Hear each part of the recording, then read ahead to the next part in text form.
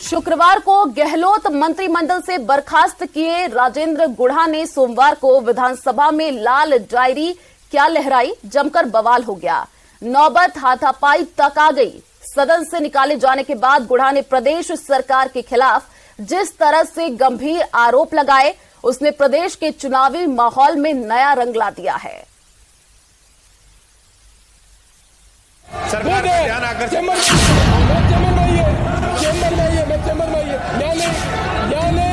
हमारी सरकार के टाइम में हमें अपने गिरेबान पे झांकना चाहिए। उसके बाद में और मुझे सीधा बर्खास्त कर दिया गया। गुढ़ा ने जब लाल डायरी लहराई, सरकार का ध्यान आकर्षित, हंगामा और नोकझोंक, हो गई हाथापाई।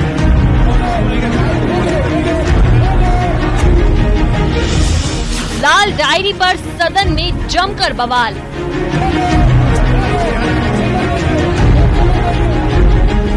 प्रदेश की सियासत हुई लाल। किसने किया सौदा, कैसे बचा ताज? क्या लाल डायरी में ही छुपे हैं राज?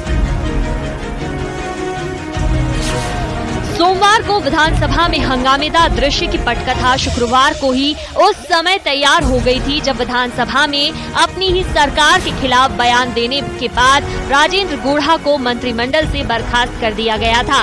अपनी बर्खास्तगी के बाद ही सरकार के खिलाफ अपने तेवर तल्ख करते हुए राजेंद्र गुढ़ा ने लाल डायरी का जिक्र किया था और सोमवार को विधानसभा में लाल डायरी के राज खोलने की धमकी दी थी। अपने बयान के मुताबिक बर्खास्त मंत्री राजेंद्र गुढ़ा सदन में न सिर्फ पहुंचे बल्कि जिस लाल डायरी का उन्होंने जिक्र किया था वो भी साथ लेकर आए। बस क्या था, सदन लाल हो गया। विधानसभा की कार्यवाही के बीच राजेंद्र गुढ़ा लाल डायरी लेकर वेल में पहुंच गए और स्पीकर के सामने डायरी लहराने लगे। गुढ़ा ने लाल डायरी की बातों को सदन में रखने की बात कही, लेकिन स्पीकर सीपी जोशी ने इसकी इजाजत नहीं दी। उन्होंने गुढ़ा को अपनी सीट पर जाने के लिए कहा। स्पीकर ने गुढ़ा से चेंबर में मिलने को कहा और वहां से तत्काल चले जाने को कहा, लेकिन गुढ़ा स्पीकर के आसन के सामने लगातार लाल डायरी लहराते रहे। काफी देर तक गुढ़ा की स्पीकर से नोकझोंक होती रही। स्पीकर ने गुढ़ा को सदन से बाहर निकालने तक की चेतावनी दी, लेकिन वो नहीं माने। लाल डायरी की बात हुई है, उन्होंने कहा कि लाल डायरी अगर उसका राज खुल जाता तो रिकॉर्ड नहीं होगा, रिकॉर्ड नहीं होगा, रिकॉर्ड नहीं होगा, रिकॉर्ड नहीं होगा। कुछ राष्ट्रीय राजमार्गों के नियम विरुद्ध टोल वसूली के कारण के संबंध में सरकार का ध्यान आकर्षित करना चाहता हूं। चेंबर में आइए। काफी देर नोकझोंक के बाद गुढ़ा स्पीकर के सामने से हटे। इधर राजेंद्र गुढ़ा के डायरी लहराते ही सत्ता पक्ष के मंत्री विधायक ताव खा गए और वेल में पहुंचकर गुढ़ा को ऐसा करने से रोकने की कोशिश की। इस बीच संसदीय कार्य मंत्री शांति धारीवाल गुढ़ा को सदन से बाहर निकालने का प्रस्ताव रखने लगे, जिसके बाद राजेंद्र गुढ़ा ने शांति धारीवाल का माइक नीचे कर दिया और फिर हो गया हंगामा। नोकझोंक बढ़ी। कांग्रेस विधायक रफीक खान बीच में आ गए और फिर नौबत पहुंच गई हाथापाई तक। रफीक और गुढ़ा भिड़ गए। धक्का मुक्की और हाथापाई शुरू हो गई। सदन में ऐसे अप्रिय हालत बनते देख स्पीकर ने विधानसभा की कार्यवाही स्थगित कर दी।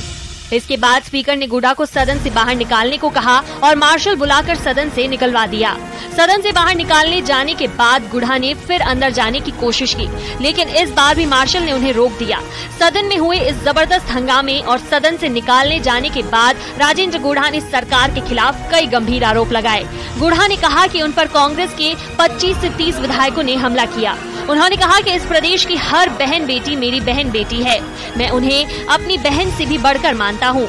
मैं महाराव शेखाजी का वंशज हूँ, जिनकी 3 पीढ़ियों ने महिला सम्मान के लिए सब कुछ कुर्बान कर दिया। सत्र चल रहा था, मैं हमारे अध्यक्ष माननीय अध्यक्ष के पास गया और मैं मेरी विधायक के रूप में मैं पूछना चाह रहा था कि अब मैं मंत्री नहीं हूं, मैं बैठूं कहां, मेरे बैठने की व्यवस्था नहीं है।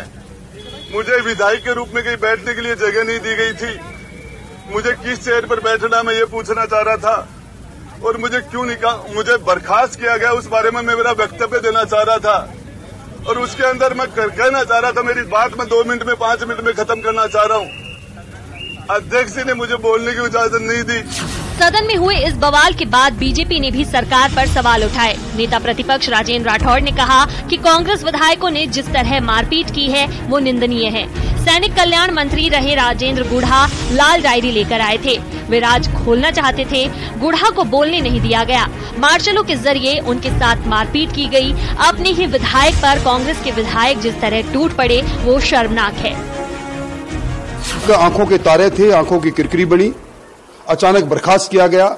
हम भी जानना चाहेंगे कि वो मंत्री बर्खास्त है या मंत्री के पद पर अभी भी आरूढ़ है। हम सदन में भी जानना चाहेंगे, कारण भी जानना चाहेंगे। और गुढ़ा जी ने सदन के बाहर जो आरोपों की झड़ी लगाई है और यहां तक कह दिया कि सदन के नेता जेल में होते अगर वो लाल डायरी लेकर नहीं भागते। मैं समझता हूं कुछ सवाल ऐसे हैं जिनका उत्तर राजस्थान की जनता इंतजार कर रही है। उन्होंने आरोप लगाया कि भारतीय जनता पार्टी और विशेष तौर पर मुझे और उन्होंने मिली भगत का आरोप लगाया। अगर उनके पास ये प्रमाण थे तो उनको फिर मंत्री परिषद के में नवाजा क्यों, किसने उनको कहा था?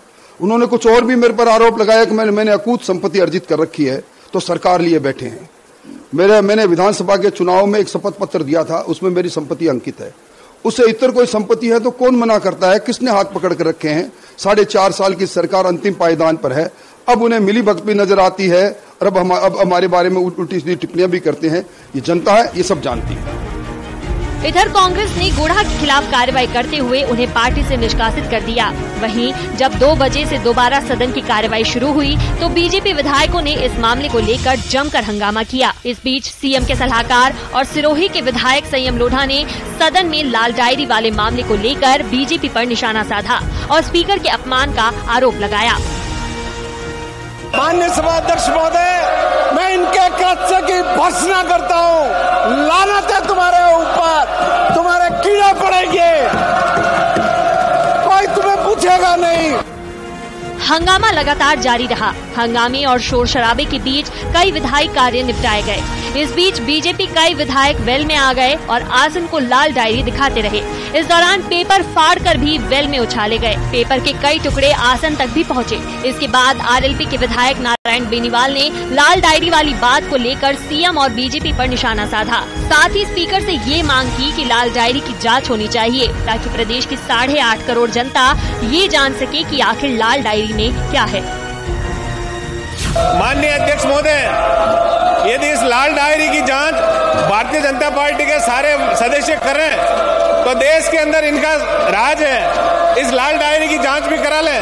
लेकिन मुझे तो लग रहा है क्योंकि मुख्यमंत्री जी ने सार्वजनिक मंच से कहा था कि यदि वसुंधरा जी नहीं होती तो मेरी सरकार नहीं बचती, तो कहीं न कहीं इस लाल डायरी के अंदर भारतीय जनता पार्टी के विधायकों के नाम भी हो सकते हैं।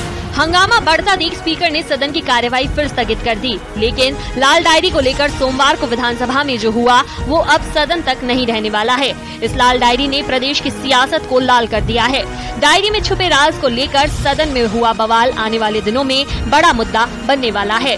न्यूज़ 18 राजस्थान के लिए जयपुर से सौरभ गृहस्थी और सुधीर शर्मा के साथ बाबू धायल की रिपोर्ट।